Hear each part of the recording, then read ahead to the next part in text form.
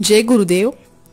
अपनी कमजोरियों से लड़े और मजबूत बने, श्री राम शर्मा आचार्य लिखित अंतिम भाग में आपका स्वागत है।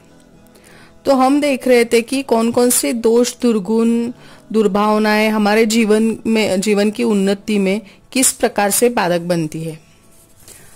तो चलिए करते हैं शुरुआत। 11वां है परदोष दर्शन। यह सारा संसार गुण दोषमय है। संसार की कोई भी वस्तु अथवा प्राणी सर्वथा सर्वगुण संपन्न अथवा दोष मुक्त नहीं है। सभी में कुछ न कुछ दोष मिलेगा। परमात्मा ही अकेले पूर्ण एवं दोष रहित है। अन्य सब कुछ गुण दोषमय एवं अपूर्ण है। सामान्यतः मनुष्यों में दोष दर्शन का भाव रहा करता है।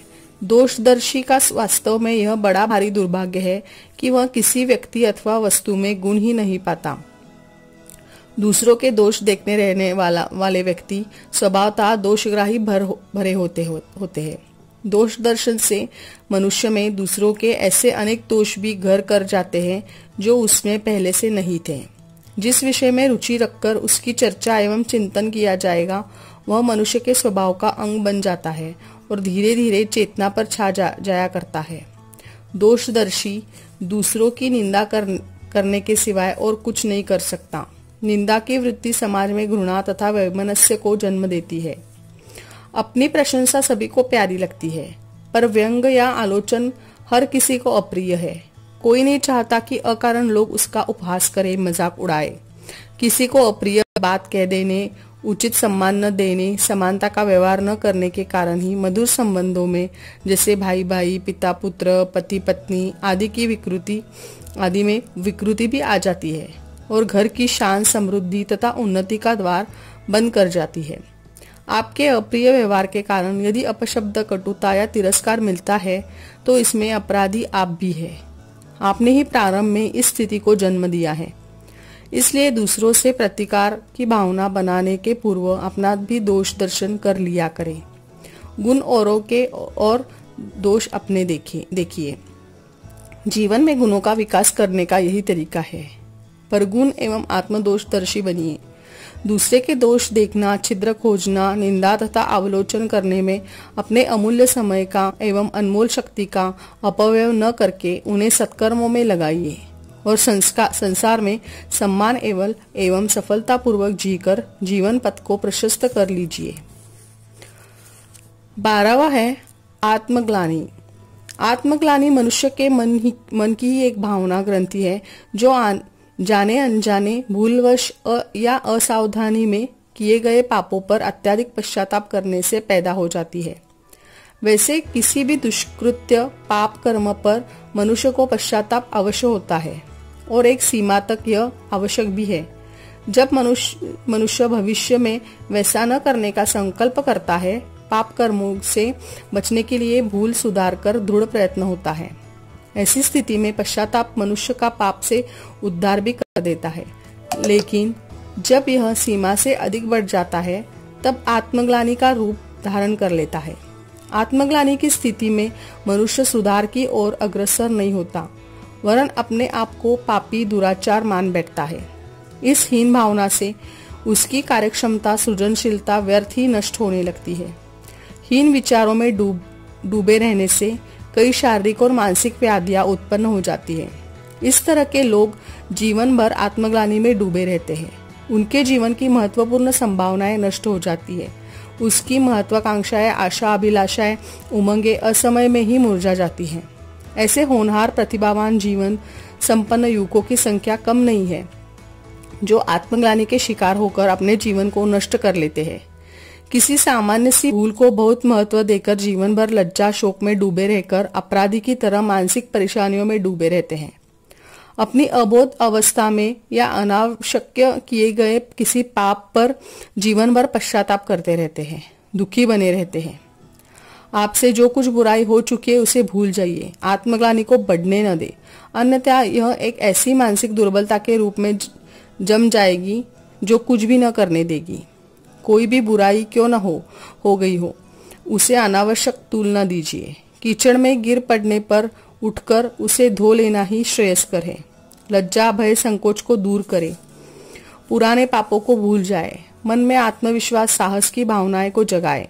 स्मरण रहे कि इससे मनुष्य की मौलिक शक्तियों और क्षमताओं का बहुत ज्यादा हास होता है। अतः सफल जीवन के लिए आत्मग्लानि से बचे रहे। क्रोध। क्रोध तो इन समस्त दुर्गुणों का सम्राट है। क्रोध के आवेग में जो कुछ भी हो जाए कम ही है, क्योंकि इसका आवेग आने पर मनुष्य की सोचने विचारने की शक्ति क्षीण हो जाती है और वह आवेग में कुछ भी कर सकता है। मारपीट, कत्ल, आत्महत्या, नृशंस घटनाएं क्रोध के आवेग में ही घटती है। क्रोध एक प्रकार की आंधी है, जब वह आती है तो विवेक को नष्ट कर देती है। क्रोध में इतना मनोविकार है कि इससे सोचने, विचारने, समझाने बुझाने का अवसर नहीं रहता। क्रोध से मनुष्य के पुण्य कार्य, सद्भावनाएं, सद्गुण उसी तरह नष्ट हो जाते हैं जैसे बाढ़ आने पर कोई उद्यान नष्ट हो जाता है। 14वां है प्रतिशोध। प्रतिशोध की भावना तब आती है जब किसी से शत्रुता होती है, किंतु यदि सचमुच देखा जाए तो इस संसार में न कोई किसी का शत्रु है और न किसी का मित्र। स्वार्थपूर्ण वृत्तियों के कारण ही यह विरोधाभास दिखाई देता है। लोग समझते हैं दुश्मन से बदला चुकाना शान की बात है, इसे वे साहस का कार्य भी समझते हैं, परंतु प्रतिशोध साहस नहीं है। साहस तो तब है जब आप उसे सहन कर जाए। इस तरह की सहनशीलता मनुष्य की अंतर्मुख प्रवृत्तियों को विकसित करती है, मनुष्य को विचारशील बनाती है, उसे कष्टों से बचाती है, उन्नति की ओर अग्रसर करती है। उसके लिए संसार में से शत्रुता का नाम ही मिट गया, जिससे कड़वाहट को भी उदारतापूर्वक पी जाना सीख लिया। विरोधी बातों को भी मस्तिष्क में टिकने न दीजिए, यह न जाने कब विद्रोह पैदा कर दे। 15वां है असंतोष। असंतोष एक घातक दुर्गुण है। असंतोष का जन्म अधिकतर ईर्ष्या अथवा हिंसा की भावना से होता है। जब कोई अपने ऊपर दृष्टि डालकर किसी अपने से अधिक धनवान, बलवान अथवा मानवान को देखता है और यह सोचने लगता है कि यह हमसे अधिक सुखी तथा संपन्न है, प्रगति एवं उन्नति में हमसे बहुत आगे बढ़ा हुआ है, समाज में इसका बहुत मान सम्मान है, जबकि मेरा कम या बिल्कुल नहीं है, तब उसे अपने उस लक्षित व्यक्ति के प्रति ईर्ष्या होने लगती है जो असंतोष को लेकर आती है, और उसके बाद तो एक दूसरे से और दूसरे तीसरे से अवगुण के जन्म में ही लड़ी लग जाती है, जो कि बहुमूल्य मानव जीवन को धूल डालकर रख देती है। मनुष्य होकर भी अपने अंदर असंतोष का विष बनाए रखना स्वयं अपनी कमी है, उसे दूर कर दीजिए, आप असंतोष से छुटकारा पा जाएंगे। अपने जीवन को उन्नति के मार्ग पर लगाइए, भूलकर भी न तो अपना कम मूल्यांकन कीजिए, न अपने को दीनहीन तथा अभागा मानिए। ईर्ष्या द्वेष से बचकर चलिए, अपनी ओर तथा अपनी परिस्थितियों पर भी दृष्टि रखिए, तब देखिए कि असंतोष का कोई भी कारण आपके पास नहीं रह जाता। 16वां है आलस्य। दुनिया में यदि कोई भयंकर बीमारी है तो वह है आलस्य पर आलस्य। यह समस्त रोगों का राजा है, उसे मौत से भी अधिक भयंकर कह देना कोई आयुक्ति न होगी। आलस्य के प्रभाव में पड़ने पर मनुष्य की क्रिया शक्ति कुंठित होने लगती है। आलस्य के कुठार द्वारा कल्पवृक्ष के समान उस शरीर की जड़ काटने रहना उसकी शक्ति, क्षमताओं पर एवं योग्यताओं को नष्ट कर देने का पाप ही है, जो मानव के महान से महान मनोरथों को चूर चूर कर सकता है। 17वां है निर्दयता।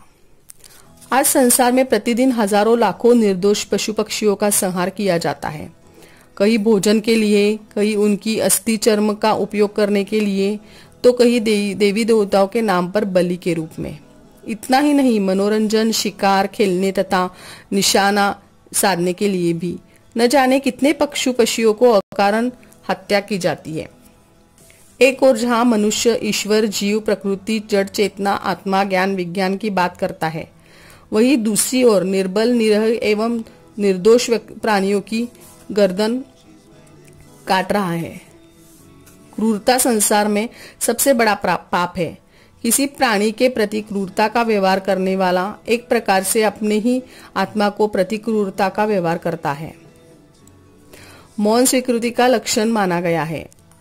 अन्याय अथवा अत्याचार का सामर्थ्य भर विरोध करना प्रत्येक विवेकशील एवं धार्मिक व्यक्ति का अनिवार्य कर्तव्य है। 18वां है विषय वासनाएं। विषय वासनाओं की तृष्णा एक ऐसी प्यास के समान होती है जिसकी पूर्ति उसके बढ़ने में सहायक होती है। लोग यह सोचकर बड़ी भूल करने लगते हैं कि अभी तो जवानी है, शरीर में रक्त और शक्ति है, जी भरकर भोग विलास और विषय वासनाओं का आनंद क्यों न लिया जाए।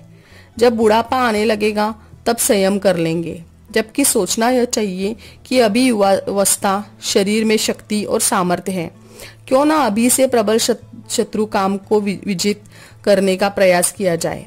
शरीर सक्षम होने से अभी कोई भी साधना एवं संयम बन सकता है। आगे चलकर जब बुढ़ापा आएगा, शरीर निर्बल हो जाएगा, जीवन की आशा धुंधली पड़ जाएगी, तब यह अजर अमर शत्रु मारे न मरेगा। अपने स्वभाव की त्रुटियों का निरीक्षण करके उनमें आवश्यक सुधार करने के लिए यदि हम तैयार हो जाएं तो जीवन की 3/4 से अधिक समस्याओं का हल तुरंत ही हो जाता है। यह कार्य हमें स्वयं ही करना होगा। अपनी परिस्थितियों का निर्माता मनुष्य स्वयं है। सुख और समृद्धि के लिए दुष्प्रवृत्तियों से दूर रहने और सत्य, न्याय, समता आदि गुणों का प्रसार कर उसी को ही करना पड़ेगा। हमारी भलाई इसी में है। सदाचरण को अपनाकर ही हम सुखी रह सकते हैं। हम स्वयं ही अपना उद्धार कर सकते हैं, अन्य कोई। तो इसी प्रकार अपनी कमजोरियों से लड़े और मजबूत बने श्री राम शर्मा आचार्य रचित इस पुस्तिका का स्वाध्याय हमने कर लिया है। तो मुझे इजाजत दीजिए। जय गुरुदेव।